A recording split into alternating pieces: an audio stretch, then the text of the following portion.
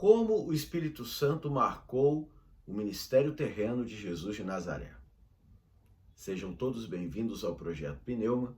Sou o professor Bruno Albuquerque, doutor em teologia, e este é o terceiro episódio da série O Espírito Santo no Evangelho segundo Mateus.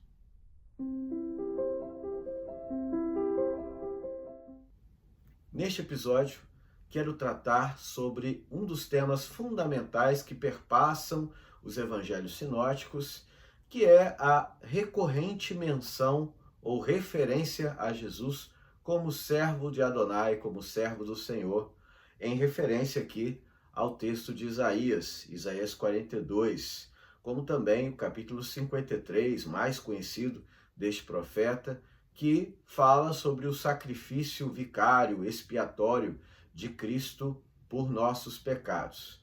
Mas aqui nesse texto que eu quero tratar hoje com vocês, texto de Mateus, capítulo 12, quero fazer referência aqui a um elemento fundamental que está implicado no Espírito Santo, que está diretamente ligado à ação do Espírito Santo no ministério de Jesus.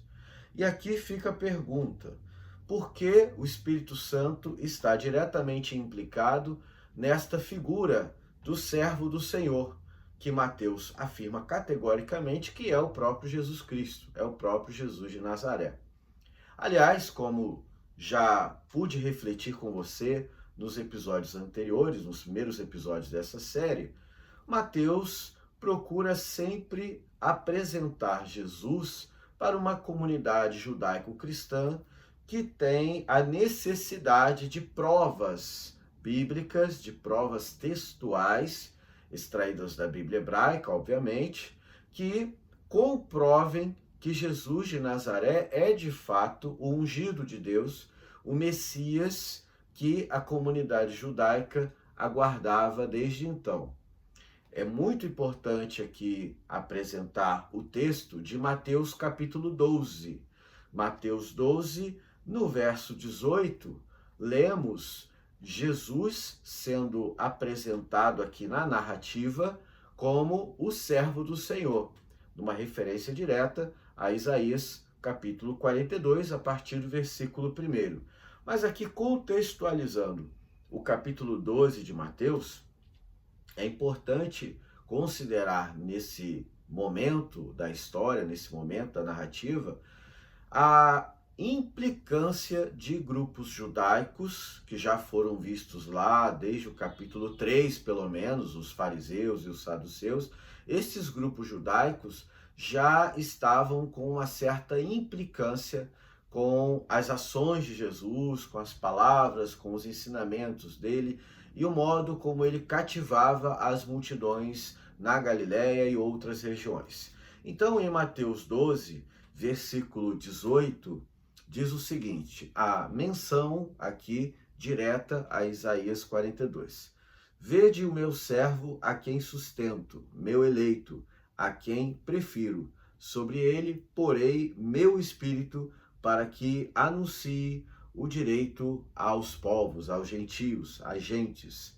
Não gritará, não discutirá, não levantará a voz pelas ruas, não quebrará o caniço rachado, não apagará o pavio vacilante, promoverá eficazmente o direito, em seu nome esperarão os gentios. Esse texto refere aqui, faz referência, aponta para Isaías 42. Mas o contexto maior de Mateus 12 reflete-se também em outras passagens em Marcos e Lucas. Marcos capítulo 2, Lucas capítulo 6, também tratam dessa polêmica que está presente aqui em Mateus 12, que é a polêmica do Shabat judaico.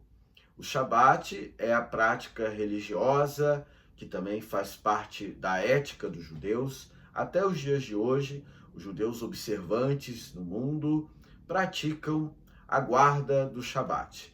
Mas uma questão muito interessante, eu não vou aprofundar aqui a história do conceito do Shabat, para isso existem algumas indicações, alguns textos e os grandes comentários judaicos da Bíblia. É importante aqui relembrar somente uma base, é que não havia nas tradições rabínicas mais antigas, mais primitivas, e até mesmo depois do surgimento do cristianismo, não havia uma clareza ou um denominador comum a respeito do que se poderia fazer e do que não se poderia fazer no Shabat. Ou seja, a especificação das práticas cotidianas, das práticas dentro de casa, do que se poderia ou não fazer exatamente no Shabat. Essa lista nunca estava 100% confirmada em nenhuma das tradições rabínicas mais conhecidas, inclusive no tempo de Jesus. E muitos líderes, muitos rabinos, mestres judeus, como os fariseus daquele tempo, se escandalizavam pelo fato de Jesus, por exemplo, curar pessoas no período do Shabat. Outro ponto aqui importante nesse texto, que pega já os primeiros versículos desse capítulo 12, se refere aqui à condição dos próprios discípulos. Os discípulos de Jesus, que também escandalizavam os mestres da religião judaica, pelo fato de que, por exemplo, colhiam espigas no período do Shabat, o que era considerado naquela versão, naquela tradição farisaica, um delito, um problema, uma quebra do princípio do Shabat. Vale a pena voltarmos aqui ao início do capítulo 12. Jesus aqui atravessava as plantações e seus discípulos famintos puseram-se a arrancar espigas e comê-las. E os fariseus começaram a dizer: veja, teus discípulos estão fazendo uma coisa proibida no Shabat. E aí Jesus começa um diálogo crítico, uma interlocução crítica com estes homens que censuravam os discípulos de Jesus.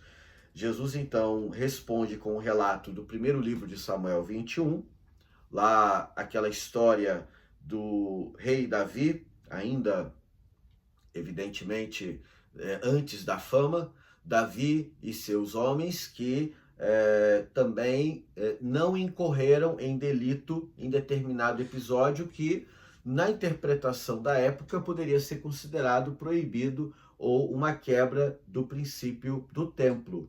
Quando Jesus responde assim: não lestes o que fez Davi com seu pessoal quando estavam famintos?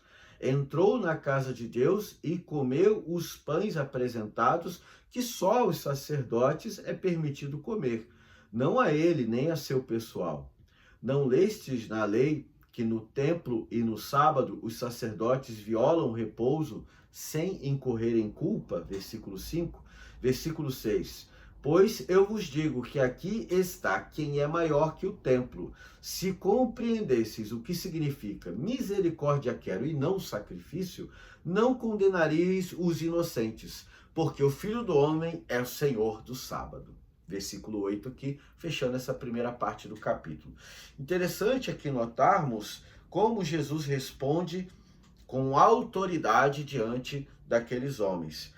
É interessante também notarmos a resposta de Jesus no modelo da chamada halaká, que era um modo de argumentação judaica, como uma das interpretações da lei, dos textos legais, dos textos jurídicos. Então Jesus contra-argumenta com os fariseus com um texto também da própria Bíblia.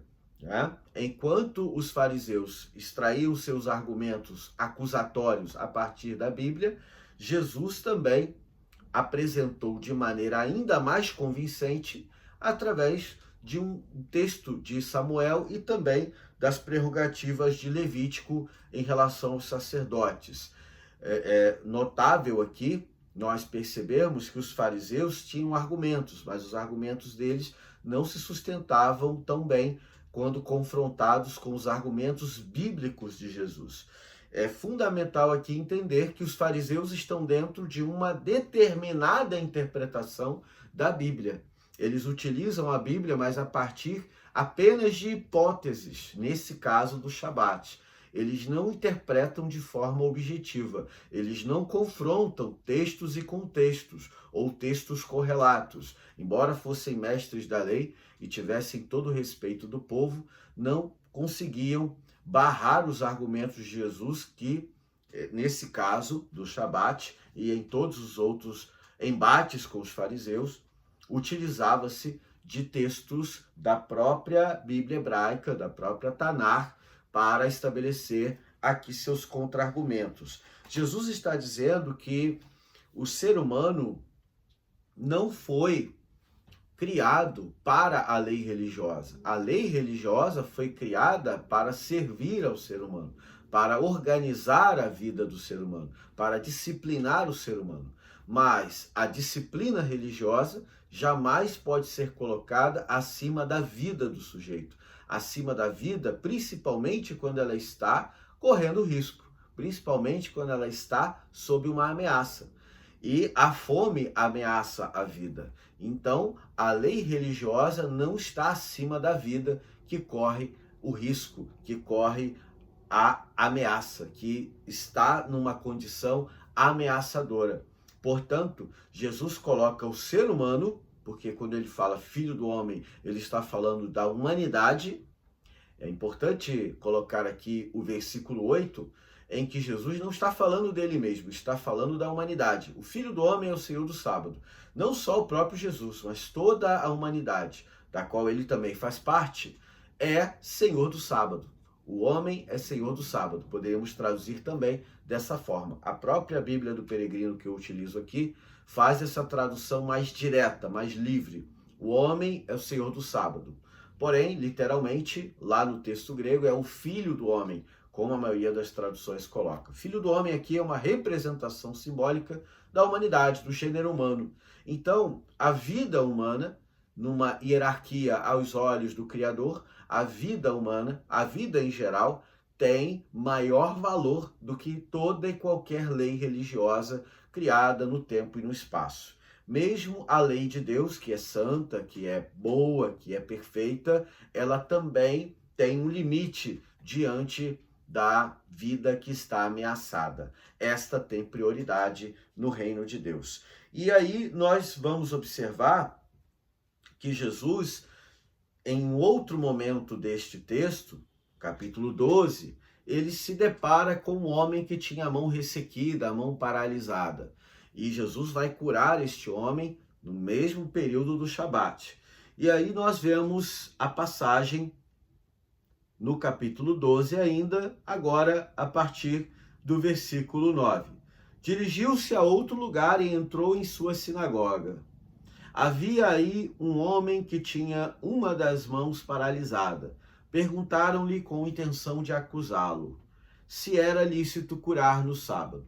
Primeira questão dos discípulos sobre arrancar espigas no dia de sábado. Agora, nesse caso, do pôr do sol de uma sexta-feira, no nosso entendimento ocidental, até o pôr do sol do nosso sábado tradicional, seria o Shabat judaico, de um pôr do sol ao outro. Ainda estavam nesse período, ainda não tinha se posto o sol naquele Shabat.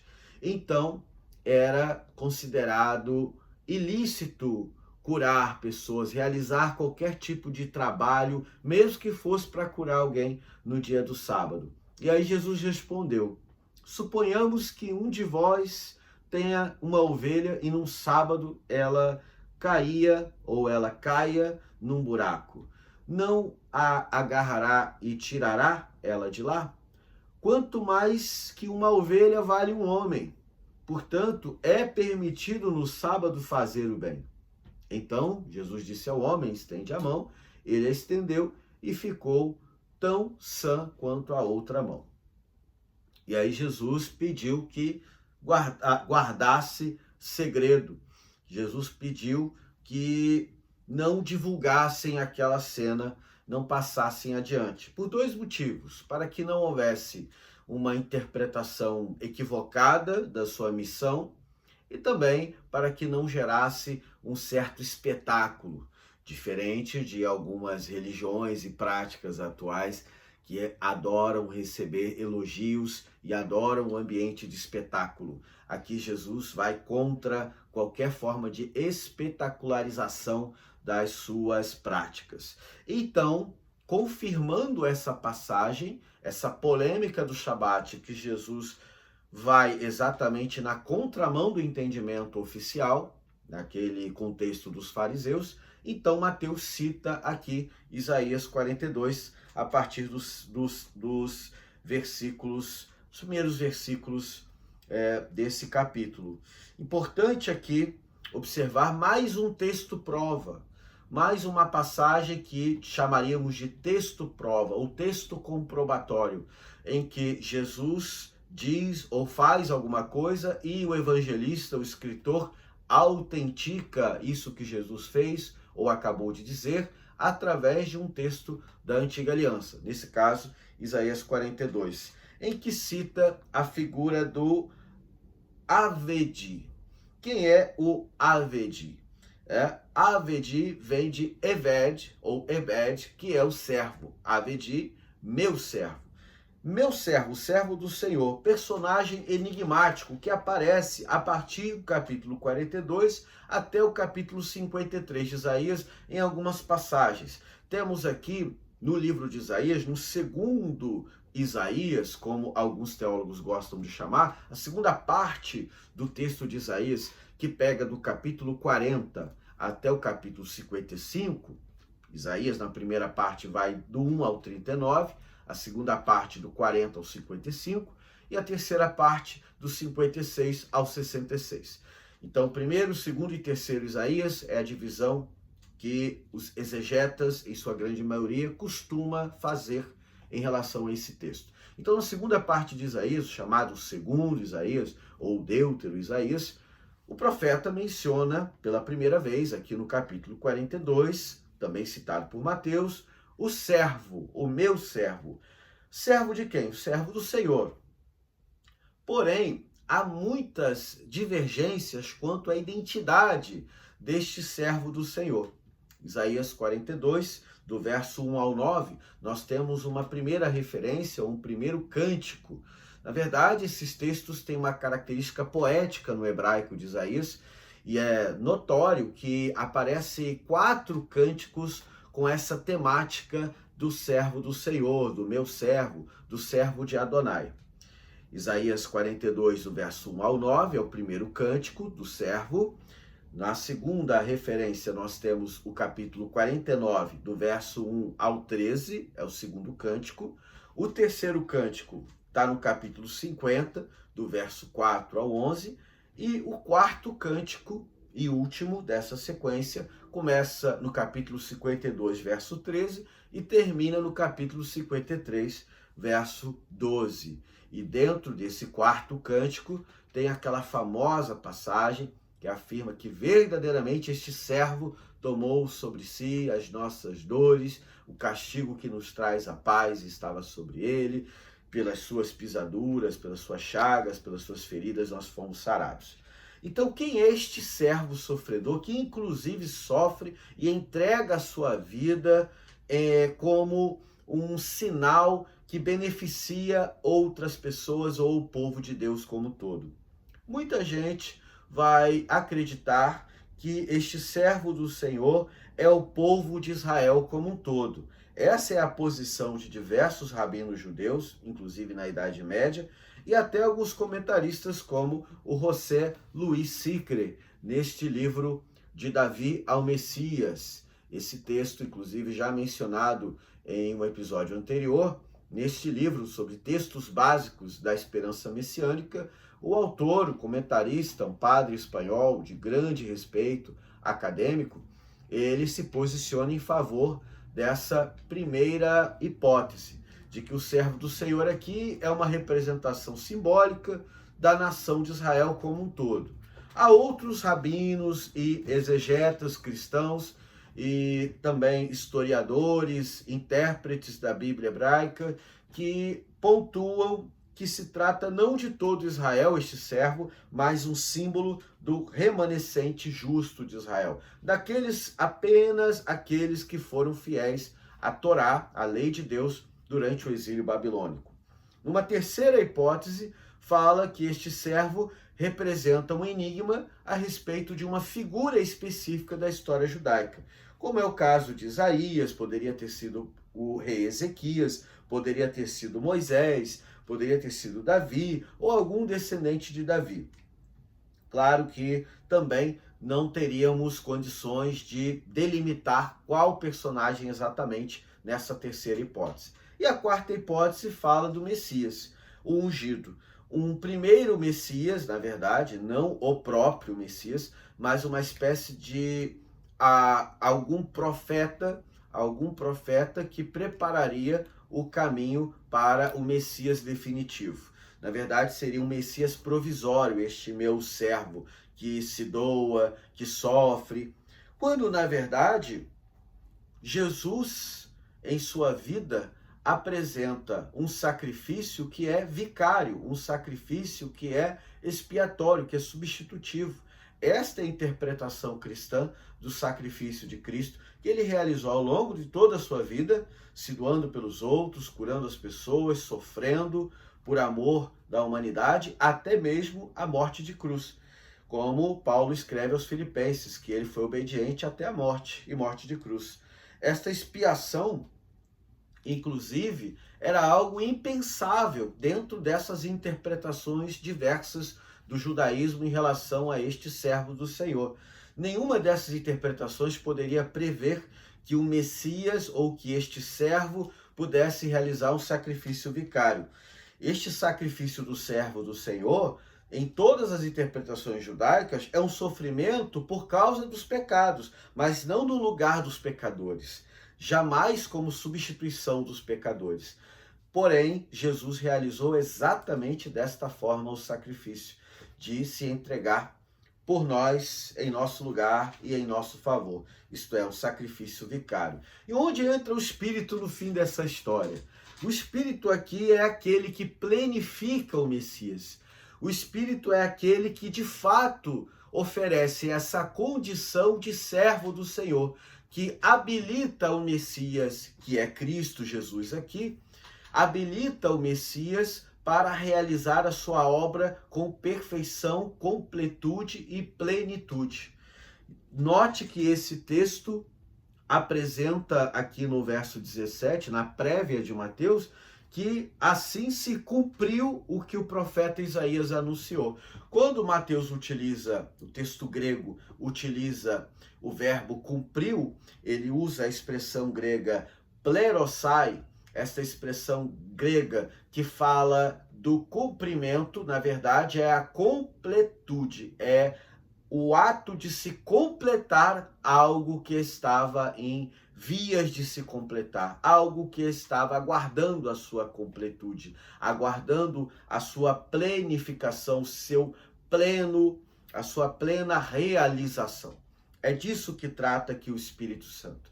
É aquele que cumpre o que está em vias de se completar. O Espírito é aquele que completa a obra do servo, é aquele que faltava ao entendimento dos antigos rabinos, dos exegetas antigos, que não conseguiam perceber neste meu servo, neste Avedi, neste servo do Senhor, de fato, alguém que pudesse fazer o sacrifício vicário, o sacrifício substitutivo. É somente por obra do Espírito que este servo assume essa condição tal qual Jesus assumiu em toda a sua vida, na sua morte, na ressurreição, também quando o Espírito é quem vivifica, é que traz a vida plena, é que traz a vida completa, não mais sujeita à morte, e que Jesus atravessa, nesse caso, a ressurreição dele. Portanto, qual o papel do Espírito nessa passagem? É plenificar o Messias, é cumprir o que o profeta anunciou, completar o que o profeta anunciou e completar o entendimento que faltava a todos esses rabinos que não conseguiam perceber no servo do Senhor um sacrifício vicário, um sacrifício pleno e substitutivo, conforme cremos na fé cristã. É claro que estão aqui preservadas todas estas tradições, opiniões, pensamentos e interpretações divergentes, mas, enquanto cristãos, nós nos posicionamos em favor disso. O Espírito é, nesta passagem, aquele que protagoniza a completude tanto da mensagem do profeta como de sua interpretação adequada, aplicando-a à cristologia, aplicando-a à vida de Jesus de Nazaré. É isso, pessoal. Obrigado pela sua atenção até aqui. Este episódio tratou de mais um elemento do Evangelho de Mateus, que faz o link entre os dois testamentos. E eu quero, desde já, te convidar, mais uma vez, se você não é inscrito neste canal, fica o convite, inscreva-se neste canal, ative o sininho para as notificações e fique à vontade para deixar as suas dúvidas e comentários aqui no YouTube. Não deixe também de curtir e seguir as nossas páginas no Instagram, no Facebook e no TikTok. Projeto Pneuma, sempre à disposição do Evangelho e das melhores possibilidades de interpretação da palavra e da pneumatologia. Obrigado pela sua atenção e até o próximo episódio.